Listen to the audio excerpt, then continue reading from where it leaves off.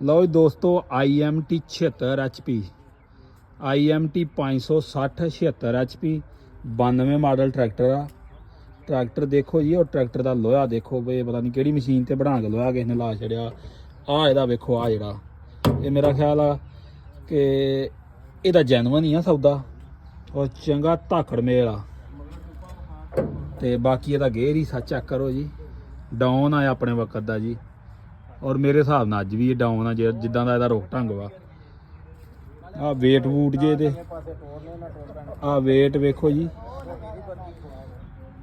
टूपां वेखो जी, बल्ले बल्ले बल्ले धाकड़ मेल टूपां यार। कमाल दी मशीनरी जी, कमाल दी मशीनरी। इन्ना लोहा लाउन लगे अजकल पाकिस्तानी कंपनियां दी जान निकल जाती हुण जी। कोई साल 2-4 लंघे पाकिस्तानियां सारे प्लास्टिक दे कर देने ट्रैक्टर। बाकी आ वेखो लोहा लगा वेखो जी, करो हंगाले इत्थे हंगाली करोगे, जबरदस्त ट्रैक्टर बनया जी।